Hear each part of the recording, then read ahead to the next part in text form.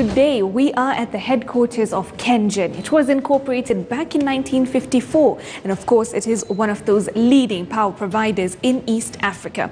Now, of course, I want to get into this conversation about where is KenGen given COVID, what's happening in the industry, in the energy sector. So I'm talking to Managing Director and Chief Executive Officer Rebecca Miano. Let's get into this discussion with her because we have lots to chat about. But first, take a look at her profile. Mrs. Rebecca Miano is the Managing Director and Chief Executive Officer of the Kenya Electricity Generating Company PLC, KenGen. She is the first woman to hold the position since incorporation of the company in 1954. Rebecca Miano joined KenGen in 1998 and worked in various roles, rising through the establishment to the level of acting managing director and CEO before she was confirmed to the position in November 2017. She also previously worked for the Kenya Power and Lighting Company, KPLC, which adds up to her 24 years plus experience in the energy sector. She was the founding patron of KenGen's Pink Energy Forum, which was formed out of the need to encourage and facilitate female employees to grow boldly to their potential in line with their respective professions. Mrs. Miano is a registered certified public secretary Kenya with the Registration of Public Secretaries Board and won the company's Secretary of the Year status in 2010 under the Champions of Governance Awards. Mrs. Miano is also a commissioner for oaths since 2001, a notary public since 2003, and a finalist for chartered arbitrator. She was also awarded the Order of the Grand Warrior of Kenya in 2010 by the head of state in recognition of her outstanding services rendered to the nation. Well, thank you so much for making time for us, Ms. Miano, today. Thank you, Malika. Even before we get into the numbers, before we get into what is happening in the energy sector and with COVID affecting the economy and more, what has your journey been like as a woman in this kind of leadership position? Because as we were just chatting before, you've been here for close to 27 years, and I think that's incredible. So tell me a little bit about that. My journey has been exciting, but of course challenging. But at the end of it, when I look at what I've gone through, it has been all worthwhile. I feel very, very honored to hold this position, to serve such a great company, to lead very skilled employees, and we have been able to provide stable generation of electricity in this country. I have risen through the ranks, held various positions. It's been a staircase journey all the way to the top, and I'm really honored to be here. That's amazing. And what do you think about, across the business sector, when we talk about promoting women to top leadership positions, what more do you think needs to be done there? I think we need to encourage women to take up positions, but I also encourage women to be more confident, to come out and be counted, to really work hard and work on their competence. Because when you're so good at what you do, nobody will push you aside. We also need to be more resilient as women, not to give up. I have seen many women giving up at every challenge that they come across. We need to really be resilient. And the other thing, we need mentors. Us in these leadership positions, we should mentor other women, hold their hands, so that we succeed together. Personally, I am a product of great mentorship from very phenomenal women. And we all need to rally ourselves through mentorship. Absolutely. Thank you for that. Now let's get into the more technical aspects of what's happening at KenGen. And so you reported quite a substantial growth in the first half net profits. What drove these results, and how does that really impact your end of year performance then? Yes, you're right. In our half year, we recorded very good profit, and this is attributable to the tax credits because of the commissioning of All Carrier 5. And when we got a tax credit, that then pushed our profits up. The other thing was that geothermal generation went high and contributed a lot to that profit. And then our diversification strategy, like I had said before, we got some contracts in Ethiopia for drilling, and that pushed our other income to almost double. And that's why we had very good results. Going forward, we know that COVID has really affected the demand for power, but the company's fundamentals and strategy are quite strong. So we expect a steady company and a steady performance despite the crisis. So even as we were, looking at COVID, we know that a lot of work operation-related activities have been affected as much as the overall impact is even vast. So what kind of changes have you had to make, in the short term to accommodate a lot of things that have come about due to COVID? COVID has affected a lot of companies, including KenGen. And being in the essential services sector, we really had to put in place different measures to ensure a steady and reliable supply of electricity. We have put in place shift system to ensure that we have decongested the workplace, but at the same time, ensuring continuity of power generation. So we have really shifted the way we were doing things. And of course, we have done a lot of fumigation, sanitizing, social distancing, and we have actually followed to the letter the directives we have received from the Ministry of Health. Because if our operators or if the company is affected by COVID, that may affect the power generation. So we are being extra vigilant to ensure that the country doesn't lack these essential services of electricity. And of course, at such a time, energy is important throughout, so it's not going to dip in terms of the demand for it in any case. But have you seen any shift in terms of the supply chain aspect? We have seen some delays, especially this importation. We have some components and spare parts that are solely imported, and because of the lockdown worldwide, we have seen some delay. But luckily, we had strategic spares already in our stock, and we do hope that that will last us up to when the lockdown then is lifted worldwide. So far, so good, but it's really been a challenge. So a lot of companies, and not just KenGen here, but a lot of companies have had to then rely on local supply of things which were initially being imported during this time. How do you think the manufacturing sector has evolved, perhaps have had to evolve very fast in this period of time?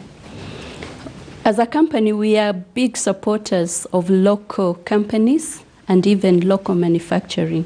But what COVID has then brought to the fore is the need to have more things manufactured locally, like cables, even turbines in future, and all these components.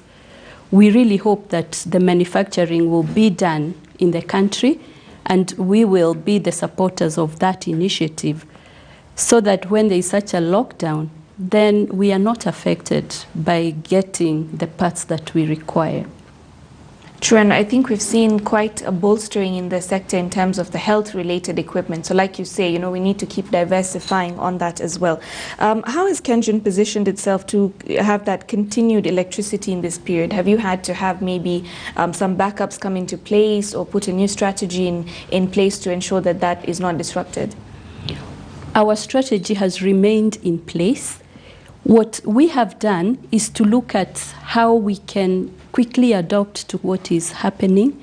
We have had to ensure that at any given time, we have operators that are safe somewhere. In case something happens, then there won't be much interruption. We are looking at our strategy and the growth going forward. We have seen a very big dip, about 25% in power demand, but we believe that will pick up after the world opens up again, when industries are operating to full capacity, the restaurants and the power consumption goes up, we will ensure that we continue to provide adequate electricity to the country. This is KTN News.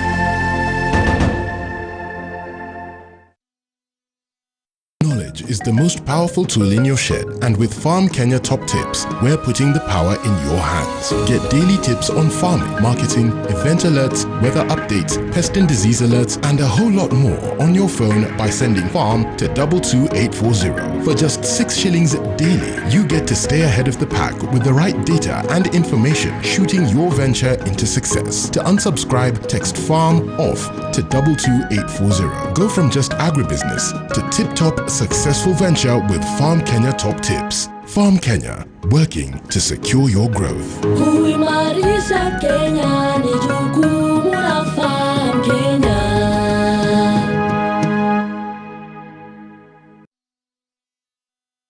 Cool weather and clean drinking water made Nairobi attractive for dwellers. 4 main rivers, Ngong, Nairobi, Mathare and Mbagathi, created a thriving ecosystem. Today, all this is history thanks to human settlement. Although the 4 rivers still flow, they can easily be mistaken for open sewerage systems because of a century-long contamination. Social media is awash with pictures of exhausters dumping refuse, turning rivers into sewage lines. Streams carry heavy metal poisons, plastics, human and animal waste, among others. The city faces a great challenge in providing adequate sanitation facilities, sewage disposal, and refuse collection. Poor infrastructural conditions and lack of maintenance result to sewer outbursts and overflows along the streets and residential areas. Sewage finds its way into the treated water system, particularly due to cross-connection between the water and sewage systems. The cholera outbreak in 2017 was linked to contamination of fruits and vegetables sold in Nairobi. Pollution now stands at 2,000 times above the allowable limit by the World Health Organization. Better piped water and sewage services will stem the problem and avert several future crises.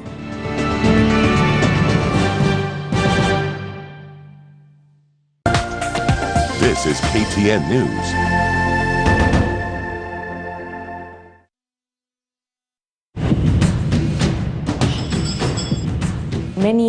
Many people across the world have been talking about the fact that shift to renewable, to moving towards a greener source. And of course, in Kenya, we're very much further ahead in that curve when we talk about geothermal energy. But what more can we do to even push that sort of shift? In Kenya, it's a very exciting story. Of all the electricity consumed in this country, 85% is from renewable energy. And with the decreased demand, reduced demand because of COVID, the renewable energy then gets priority. And so we are very high on that. By going forward, we really need to accelerate the renewable energy strategy. And as a company, all the projects that we have lined up for our growth are all from renewable energy, especially from geothermal, that we know is freely available in this country. And the benefits of the renewable energy are obvious. It's faster to install, it is cleaner, helps in terms of health because of reduced pollution, it creates a lot of employment, and in the long run, it has even a cheaper tariff. So the way to go is to have a climate resilient sort of energy production. And this country has that vision. We are big time on renewable energy. So yes, that is the way to go in future. And even for the whole of Africa. Yes. Because the whole continent is actually a renewable energy continent. If you look at all the resources across Africa, it's amazing. Yeah. Very, very huge potential. So even our regional partners, where would they stand on this, on the renewable energy front in terms of how far ahead they are on getting onto that curve? In the region, we have a lot of renewable resources. Some of the countries have huge hydro resource. All the countries along the Rift Valley has geothermal. We have a lot of solar and wind. So the region is well endowed. In terms of development, As KenGen, we want to support the region. That's why we have some activities in Ethiopia, other countries like Djibouti, and others in the region. We want to expand our expertise so that the whole of Africa then benefits even from what we have built over the years. We are the pioneers of geothermal development in Africa, and this has placed Kenya as number 7 worldwide. And because we have really honed our skills and we have the expertise, the region will be able to get what we didn't get before. We had to rely on the larger world to get the expertise. But I think the region now has just next door expertise, which will be cheaper and quicker to access. So, even as COVID continues to impact employment as well, and unemployment levels we've seen across the world rise exponentially, what kind of skills do you think are going to be very much in demand when it comes to the energy sector, even as we keep progressing? So people out there who are thinking, well, maybe I want to get into this sort of work, or maybe I'm already in that area, what more can I do right now to increase my employability? Some of the skills that are necessary for this sector or really required are the technical skills.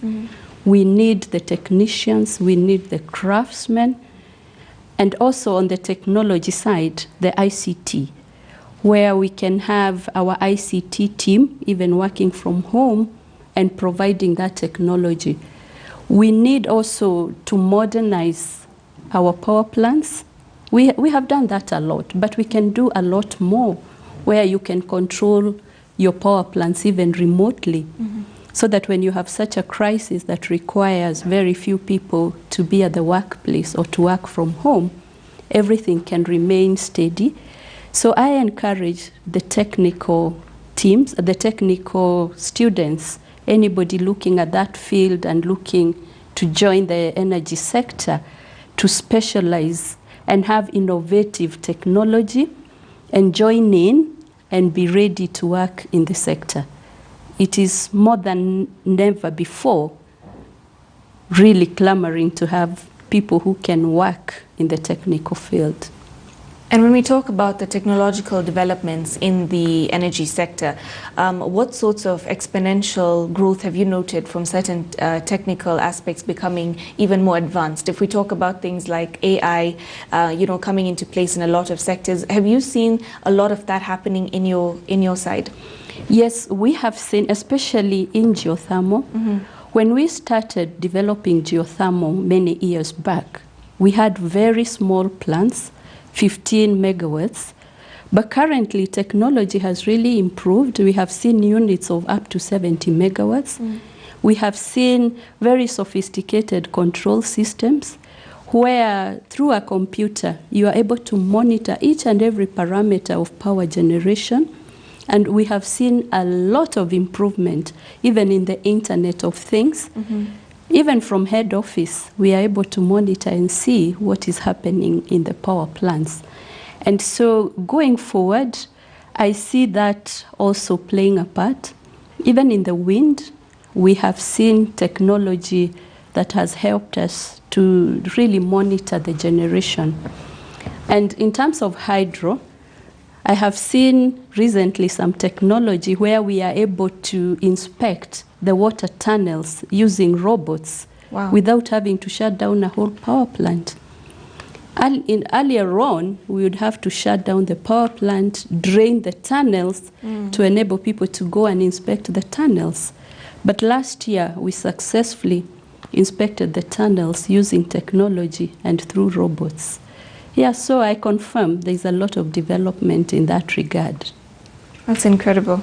Even as we end towards the tail end of the interview, what more can you tell me about the ongoing floods presenting an opportunity for more hydroelectric production, as well as being a threat to the communities living around dams and things like that? What has the impact been? Now that you have mentioned floods, I would like to clarify one misconception that the dams have been causing floods. On the converse side of it, many years back, before the dams were built, Kenya recorded the highest floods ever. And things were so bad because all the water that is now held in the dams was then going to the flooding, to the areas and flooding. But luckily then we didn't have a lot of settlements along the catchment. So the dams have been mitigating the flooding, but we still have floods because there's a lot of rain in that region. And a lot of rain is also good news for hydro generation. So it is a balance, ensuring that communities are safe and you also have good generation because hydro generation is always cheaper. We have partnered with communities and other stakeholders in terms of just communicating and bringing in awareness so that communities then do not settle very near the catchment. Then they are aware of the dangers when there's a lot of rain. We have partnered with other government agencies that are involved in that region so that in future we see how to mitigate the effects. We also have a corporate social responsibility, and we have been working together to ensure that those who are affected are then assisted in terms of food and other resources to make it more bearable. But going forward, there may be an opportunity to even build another dam so that then we're able to harvest much more water and delay any flooding. As KenGen, we are also raising the wall of Masinga Dam so that we can hold much more water. Therefore, increase generation while reducing the flooding downstream. Okay, so even as we wrap up, just maybe your final word to investors about what to expect in perhaps later in the year from KenGen and where you expect to see the company going. I think I've seen the whole of the world, Africa, and even in Kenya, COVID has really affected businesses. We have also seen that the power demand has gone down. All I can say, I can tell investors is that their company's fundamentals are still very strong, and we will monitor to see what the effects are, but this is a strong company, and power is still a necessity. Power will always be needed, and we will continue diligently carrying on the business while executing our strategy, our growth strategy into the future. Okay. Thank you so much for joining us. Thank you. Thank you so much. All right. Yes.